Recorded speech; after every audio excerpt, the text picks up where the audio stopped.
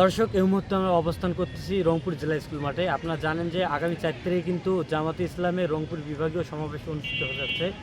তারই ধারাবাহিকতায় কিন্তু সমাবেশের কাজ চলমান। আমরা একটু আপনাদের ঘুরে দেখানোর চেষ্টা করব সমাবেশে কী ধরনের কাজ এখনও অবশিষ্ট হয়েছে এবং কতদূর পর্যন্ত কাজ চলমান হয়েছে। আমরা একটু ঘুরে দেখানোর চেষ্টা করবো আপনাদেরকে।